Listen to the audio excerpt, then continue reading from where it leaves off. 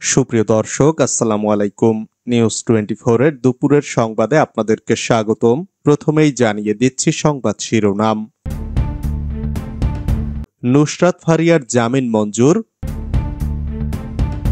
জাতীয় নির্বাচনের আগে স্থানীয় সরকার নির্বাচন চান সার্জিস, বর্ণনা করলেন উপকারিতা। জুলাই সনদ ও স্থানীয় সরকার নির্বাচন নিয়ে নাহিদের পোস্ট। ইশরাককে শপথ না পড়াতে রিট শুনানি দুপুরে। নির্বাচনের সুনির্দিষ্ট দিনক্ষণ আদায়ে রাজপথের কথা ভাবছে বিএনপি। এতক্ষণ শুনছিলেন সংবাদ শিরোনাম। পুরো খবর পেতে ভিডিওটি শেষ পর্যন্ত দেখুন। সর্বশেষ সংবাদ পেতে চ্যানেলটি সাবস্ক্রাইব করুন। এবার বিস্তারিত। নুসরাত ফারিয়ার জামিন মঞ্জুর। হত্যা চেষ্টা মামলায় গ্রেফতার অভিনেত্রী নুসরাত ফারিয়ার জামিন মঞ্জুর করেছেন আদালত। ঢাকার চিফ মেট্রোপলিটন ম্যাজিস্ট্রেট আদালত আজ মঙ্গলবার সকালে এ আদেশ দেন। নুসরাতের আইনজীবী মোহাম্মদ ইফতেখার হোসেন প্রথম আলোকে এ তথ্য নিশ্চিত করেছেন। গতকাল নুসরাত ফারিয়াকে কারাগারে পাঠানোর নির্দেশ দেন আদালত। আইনজীবী মোহাম্মদ ইফতেখার হোসেন প্রথম আলোকে বলেন, নুসরাত ফারিয়া জামিন চেয়ে আজ সকালে আদালতে আবেদন করেন। শুনানি নিয়ে আদালত তার জামিন মঞ্জুর করেন। নুসরাতের জামিন শুনানির সময় আইনজীবীরা আদালতকে বলেন, মামলায় উল্লেখিত ঘটনার সময় নুসরাত দেশে ছিলেন না। এ বিষয়ে আইনজীবীরা আদালতের কাছে কাগজপত্র জমা দিয়েছেন। শুনানি নিয়ে আদালত তার জামিন মঞ্জুর করেন। গত রোববার সকালে থাইল্যান্ড যাওয়ার সময় হযরত শাহজালাল আন্তর্জাতিক বিমানবন্দরের ইমিগ্রেশন চেকপোস্ট থেকে নুসরাতকে গ্রেফতার করে পুলিশ। পরে তাকে ঢাকা মহানগর গোয়েন্দা পুলিশের কার্যালয়ে এনে জিজ্ঞাসাবাদ করা হয়।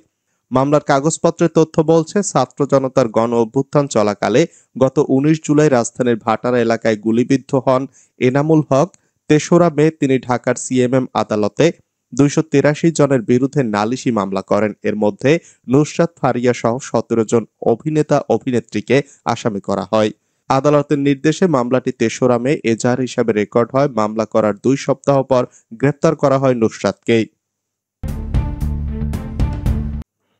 জাতীয় নির্বাচনের আগে স্থানীয় সরকার নির্বাচন চান সার্জিস, বর্ণনা করলেন উপকারিতা। জাতীয় নির্বাচনের আগে স্থানীয় সরকার নির্বাচন আয়োজনের দাবি জানিয়েছেন জাতীয় নাগরিক পার্টির উত্তরাঞ্চলের মুখ্য সংগঠক সার্জিস আলম। আগে স্থানীয় সরকার নির্বাচন আয়োজনের কিছু উপকারিতা বর্ণনা করে তিনি বলেছেন, আগে স্থানীয় নির্বাচনের কথা বলছি বলে এখানে যেন জাতীয় নির্বাচন পেছানোর ষড়যন্ত্র খোঁজা না হয়। প্রয়োজনে জাতীয় নির্বাচনের তারিখ ঘোষণা করে দেয়া হোক, সেটা নিয়ে আমাদের আপত্তি থাকবে না। সোমবার রাতে ফেসবুকে নিজের ভেরিফাইড অ্যাকাউন্টে এক পোস্টে সার্জিস আলম এ কথাগুলো বলেছেন। সার্জিস আলম লিখেছেন, জাতীয় নির্বাচনের আগে ঢাকা সিটি কর্পোরেশন সহ সব স্থানীয় নির্বাচন হোক, তাহলে ইশরাক ভাইয়ের মতো যোগ্য ব্যক্তিরা তুলনামূলক লেভেল প্লেইং ফিল্ডে প্রতিযোগিতা করে গ্রহণযোগ্যতা এবং জনপ্রিয়তার মাপকাঠিতে জনপ্রতিনিধি নির্বাচিত হবেন। তাছাড়া জাতীয় নির্বাচনের আগে স্থানীয় নির্বাচন হলে আরো গুরুত্বপূর্ণ কিছু বিষয়ে জনগণ এবং দেশ উপকৃত হবে। পোস্টে আগে স্থানীয় নির্বাচনের ৩টি উপকারিতা তুলে ধরেন সার্জিস আলম। তিনি লিখেছেন, বর্তমানে স্থানীয় সরকারের বিভিন্ন পর্যায়ের অফিসগুলোতে জনপ্রতিনিধির অভাবে যে সেবাগুলো বিঘ্নিত হচ্ছে, জনগণ সেই সেবাগুলো আবার পেতে শুরু করবে। দ্বিতীয়ত, জাতীয় নির্বাচনের আগে এই স্থানীয় নির্বাচন সরকারের বিভিন্ন গুরুত্বপূর্ণ অংশের লিটমাস টেস্ট হতে পারে, যেমন নির্বাচন কমিশন, আইনশৃঙ্খলা রক্ষাকারী বাহিনী, বিচার বিভাগ। স্বচ্ছ ও নিরপেক্ষ নির্বাচনের জন্য এগুলো কতটা কার্যকর ভূমিকা পালন করছে সেই লিটমাস টেস্ট হতে পারে। অতঃপর প্রয়োজন অনুযায়ী সংশোধন, সংযোজন, পরিমার্জন, বিয়োজন হতে পারে। সরাসরি জাতীয় নির্বাচন হলে যদি অপ্রত্যাশিত কিছু বিষয় পরিলক্ষিত হয়, তাহলে সেগুলো সংশোধনের আর সুযোগ থাকবে না, নির্বাচন প্রশ্নবিদ্ধ হবে। তৃতীয় উপকারিতা হিসাবে সার্জিস বলেছেন, ক্ষমতাসীন সরকারের অধীনে মার্কা কিংবা সিলেকশন প্রক্রিয়ায় নমিনেশন দিয়ে ক্ষমতাসীন দলের মাই ম্যানকে বিভিন্নভাবে প্রভাবিত করে জনপ্রতিনিধি করা হয়, কিন্তু এই অন্তর্বর্তী সরকারের সময় সেই স্থানীয় নির্বাচন হলে মাই ম্যান নয়, বরং জনগণের রায়ে জনগণের ম্যান জনপ্রতিনিধি হিসাবে নির্বাচিত হওয়ার অধিক সম্ভাবনা থাকে। এরপর পোস্টে এনসিপি নেতা সার্জিস আলম লিখেছেন, বিএনপি এই মুহূর্তে সবচেয়ে বড় রাজনৈতিক দল। তাদের কর্মী থেকে শুরু করে সমর্থনও সবচেয়ে বেশি। তাদের প্রতিনিধিদের নির্বাচিত হওয়ার সম্ভাবনা বেশি। তবে গুরুত্বপূর্ণ যে বিষয়টা হবে সেটি হচ্ছে তাদের একাধিক প্রতিনিধির মধ্যে সবচেয়ে গ্রহণযোগ্য এবং জনপ্রিয় মানুষটি নির্বাচিত হবে। চাঁদাবাজ, ক্ষমতার অপব্যবহারকারী, সিন্ডিকেটের অংশীদার, তেলবাজরা জনপ্রতিনিধির চেয়ারে বসার সুযোগ পাবে না। আশা করি এ বিষয়ে তাদের দ্বিমত থাকবে না। পোস্টের শেষে বিশেষ দ্রষ্টব্য দিয়ে সার্জিস আরও লেখেন, আগে স্থানীয় নির্বাচনের কথা বলছি বলে এখানে যেন জাতীয় নির্বাচন পেছানোর ষড়যন্ত্র খোঁজা না হয়। প্রয়োজনে জাতীয় নির্বাচনের তারিখ ঘোষণা করে দেয়া হোক, সেটা নিয়ে আমাদের আপত্তি থাকবে না। এদিকে জুলাই সনদ ও স্থানীয় সরকার নির্বাচন নিয়ে নাহিদের পোস্ট। জুলাই ঘোষণাপত্র, জুলাই সনদ, স্থানীয় সরকার নির্বাচন ও গণপরিষদ নির্বাচন এসব দাবি নিয়েই কাজ করছে জাতীয় নাগরিক পার্টি এনসিপি। সোমবার রাতে নিজের ভেরিফাইড ফেসবুক পেজে দেওয়া এক স্ট্যাটাসে দলটির আহ্বায়ক নাহিদ ইসলাম এমনই ইঙ্গিত দিয়েছেন।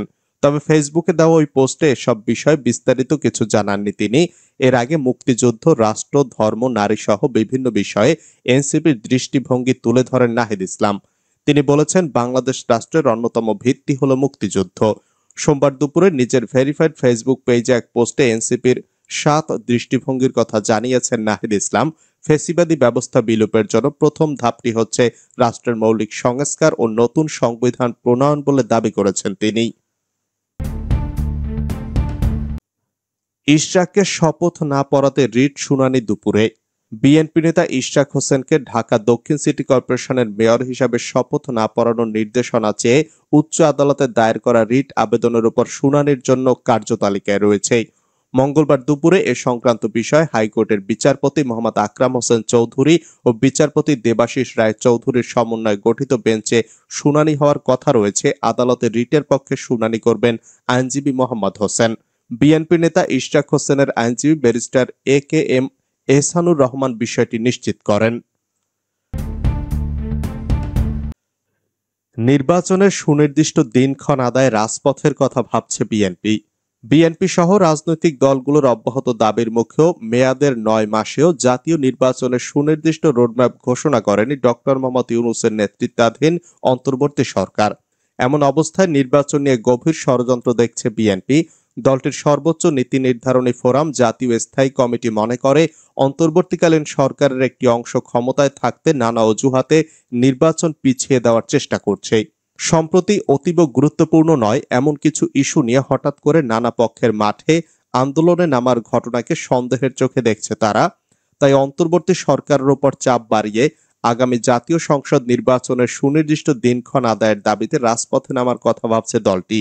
কি ধরনের কর্মসূচি করা যায় তা নিয়েও আলোচনা চলছে। তবে সেই আন্দোলন যাতে কোনো অবস্থায় সংঘাতের দিকে না যায় সে বিষয়ে সর্বোচ্চ গুরুত্ব দেওয়া হচ্ছে। সোমবার রাতে বিএনপির স্থায়ী কমিটির বৈঠকে এমন আলোচনা হয়েছে, তবে কোনো সিদ্ধান্ত হয়নি বলে বৈঠক সূত্রে জানা গেছে। বিএনপি নেতারা বলছেন, আগামী 2 মাস দলের সদস্য সংগ্রহ কর্মসূচি চলবে, আর তার মাধ্যমেই দলকে আন্দোলনের জন্য প্রস্তুত করা হবে। সেই প্রস্তুতির অংশ হিসাবে অঙ্গ ও সহযোগী সংগঠনগুলোর যে তারুণ্যের সমাবেশ রয়েছে সেসব কর্মসূচির মাধ্যমে দলের তরুণ কর্মীদের মাঠে নামানো হবে। ইতোমধ্যে চট্টগ্রামে ও খুলনায় যৌথভাবে বিশাল সমাবেশ শেষ করেছে জাতীয়তাবাদী যুবদল, স্বেচ্ছাসেবক দল ও ছাত্রদল। পূর্ব ঘোষণা অনুযায়ী বগুড়া ও ঢাকায়ও সমাবেশ হবে। সর্বশেষ ঢাকার সমাবেশে বড় ধরনের লোক সমাগম করবে।